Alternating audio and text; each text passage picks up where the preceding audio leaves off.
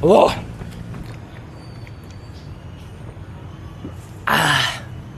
Sarap po! Tara, jogging.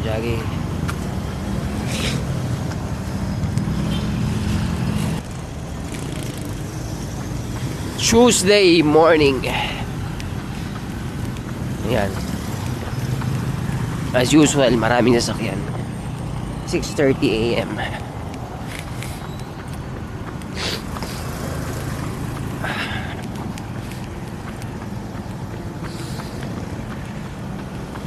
Jogging tayo ng jogging ngayon kasi gusto kong sumali dun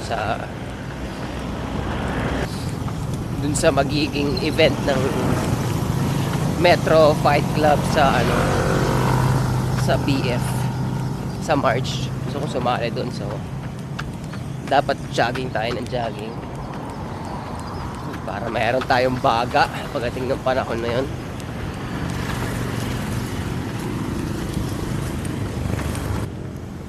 (6:58) more or less 15 minutes na yung dinajog natin. Easy pace, very easy pace lang. Pagdating doon sa parking space doon, kung tayo magda-dynamic stretching.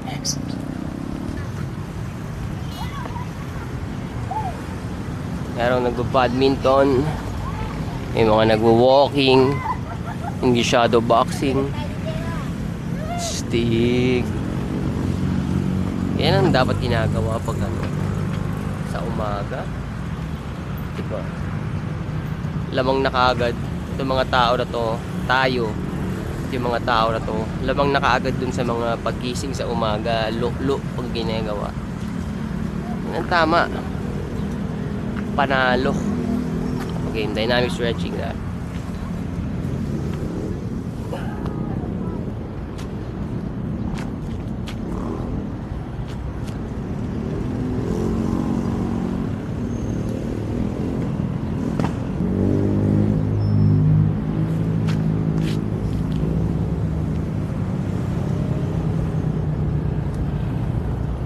Jogging, kwentuhan tayo. Easy pace. Tapos ganun ulit mamaya. Mag-sprint tayo. Panoorin nyo kung mahirapan. Alam nyo, magandang yan. Magandang investment yan. Yung nag-i-invest ka sa mga challenges, mga kahirapan na paghihirap na kayang-kaya mo naman i-manage. Mga definitely manageable naman talaga. Tulad itong jogging, pagising ng umaga, pag na-jogging, magandang investment yun. Wala kang talo dun. Yan, katulad din ng yung sparring namin ni Sadao at ni Joshon Point itong nakaraan. Yeah. Hindi naman namin kailangan gawin yun eh. Pero ginagawa namin yun kasi nag-i-invest kami sa pain. Nag-i-invest kami sa pain and sacrifice. So, anong mga dahilan kung bakit ko sinabing hindi namin kailangan gawin yun? Hindi namin kailangan gawin yun, pero gusto namin gawin yun. So, hindi kailangan. Bakit hindi? Kasi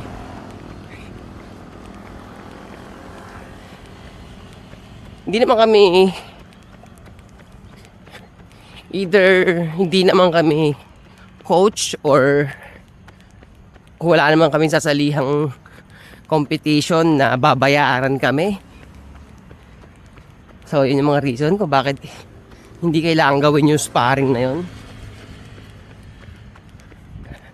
Ako rin kung bakit hindi ko kailangan gawin yun kasi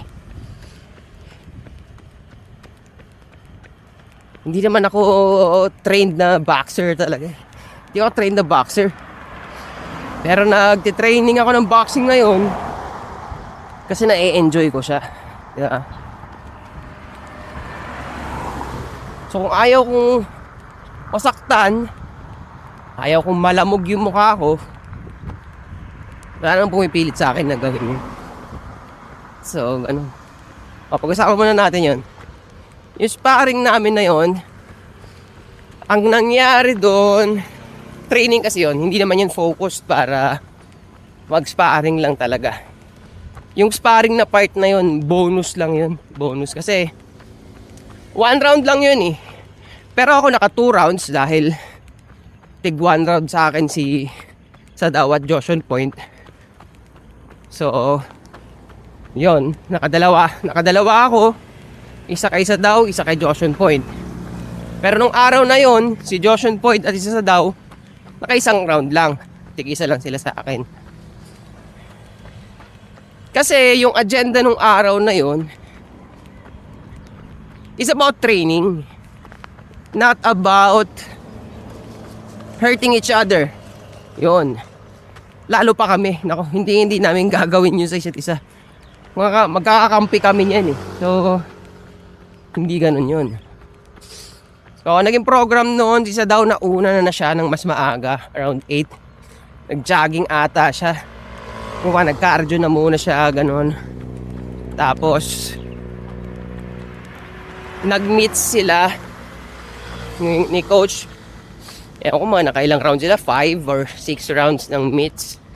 Tapos, may iba't ibang kasama pa yun. May heavy bag. Basta yung mga program sa boxing, sit-ups, shadow boxing. Yun, tapos kami ni Josh, dumating kami nun mga 9. Tapos ganun din, nag-meets. So, ang point ko dun sa kwento na yun, pagdating nung sparring na part, mga pagod na kami nun. Meron na kaming mga ginawa. Yun. Kasi kung tutusin, ang bait nga ng coach dun kasi hindi karamihan ng mga gym pagbibigyan kayo mag-sparring na ganun Yung ibang coach nga yan parang tatama rin lang at walang oras para sa mga ganun. Ba't ko pa kayo pag-i-sparringin sa utak ng coach? Hindi pa pag-i-sparringin. Kung sayang sa oras ko, sa pagod ko, kung meron pang knockout dyan sa inyo, ano pa, ako pa ang may magkakaproblema magdala sa hospital. So ang point ko dun sa sparring na part, bonus lang talaga yon. Hindi yun something na talagang parang main event nung araw na yun. Kasi 1 round na lang eh. Alam nyo naman ang mga nakikita nyo sa boxing eh. Yung sa mga professional, mga world class, which is hindi yun ang level natin, 12 rounds ang inaabot. Diba?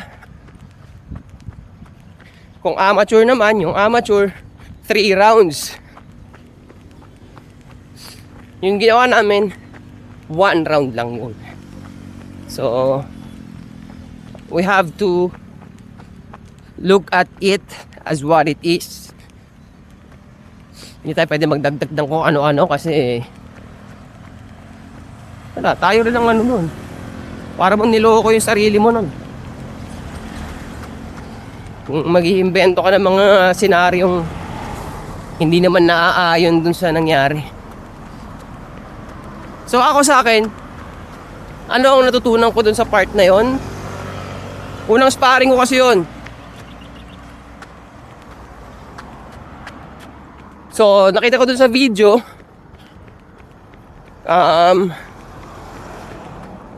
tinuturuan naman ako ng boxing fundamentals. Tinuturuan ako, pinapractice ko yan sa mga training ko. Pero hindi ko siya na-i-apply doon. Hindi ko siya na-i-apply kasi wala, inablanko na ako eh. Pag sampa nung ring, naisip ko lang, laban na. Hindi ko na naisip na i-apply yung mga tinuturo, mga ginagawa sa training. So yun ang lesson sa akin nun. So definitely dapat next time may apply ko na yon. Kasi habang may upload ko yung video, yun din yung nararamdaman ko na Kung in-apply ko lang sana yung mga tinuturo sa training, kung nai-apply ko lang siya, mas swabe yung kakalabasan nun. Pero sa akin, productive talaga. It shows a lot about myself. It shows all the things that needs improvement. Diba? Kung di ko ginawa yun, di ba? Paano ko masasabi na natututo talaga ako sa training, di ba? So, yun. Very productive. Very productive yun para sa akin. At, definitely, gusto ko pang mag-spar. Gusto ko pang sumampa yan sa boxing ring na yan. Willing pa ako tumanggap ng suntok. Tapos, kaya yun, sana yung mga makakaharap ko rin sa ring, willing din sila tumanggap na suntok. Kasi ako, willing ako tumanggap na suntok eh.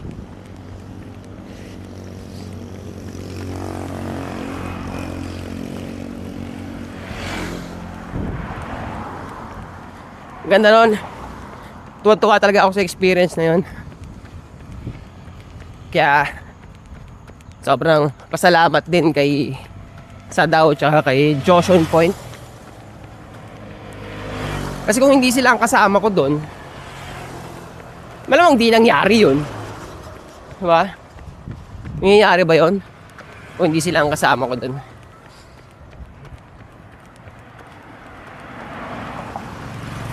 Kasi ako, ang height ko ay 5'6". 5'6 or 5'6 and a half. Yan ang height ko. Kasi ito si Sadao, di ko alam kung 5'10". Joshua ko, alam ko 5'9 or 5'10". Para mga ganun ang height nila. So, ano ako dun. Masaya ako sa learning dun. Na maramdaman ko yung suntok ng ganong height ng tao. Yung reach, yung difference sa reach. Diba? Nakakuha ko yung pakiramdam ng makipag-boxing sa taong mas matangkad sa akin. Diba? Ano na yun? Pasok na sa banga, kumbaga. Siguro naman yun, kung ako gusto ko lang gumaling mag-boxing. Gusto ko talaga, gusto ko makaranas ng laban sa, iba't ibang kalaban. Kahit ko, mas maliit sa akin ng konti, mas mataba, mas malaki, lahat yun. Kaya yung mga ganong klaseng experience, yung mga ganong klaseng input, definitely, for sure, 100%, hindi yung madadaan sa one round lang. Hindi yung madadaan sa one round, one session, di ba?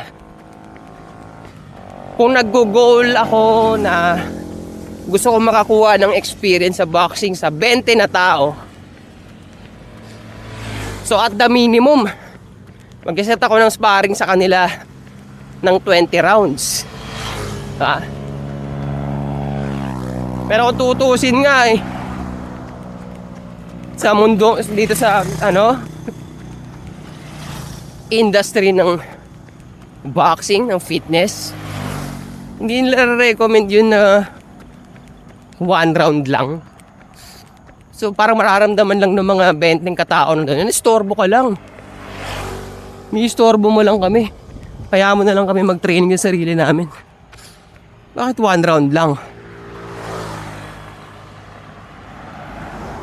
Diba? So yun. Gusto kong ilatag ng pinakamaayos, pinaka-solid.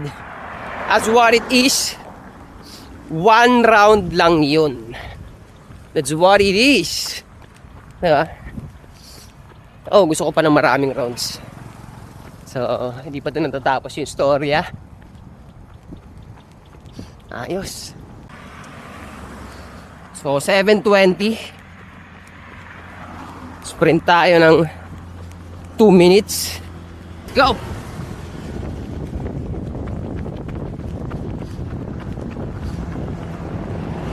Nakaka 30 seconds pa lang ako pero ramdam na natin siya. Laban!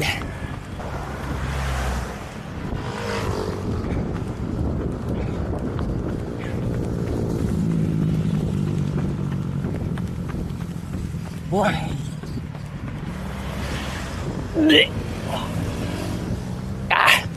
Oh. Let's go.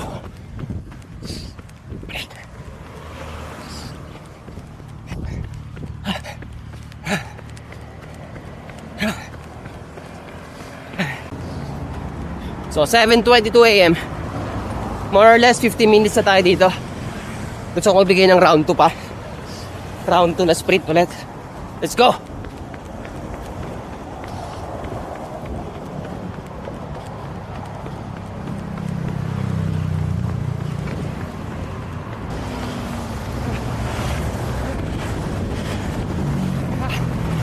Dati second pala. Laban.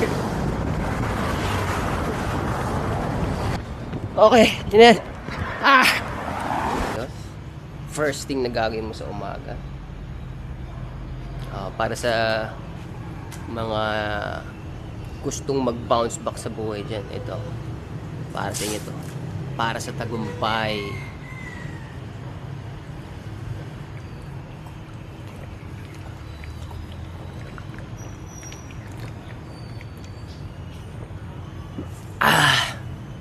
Sarap.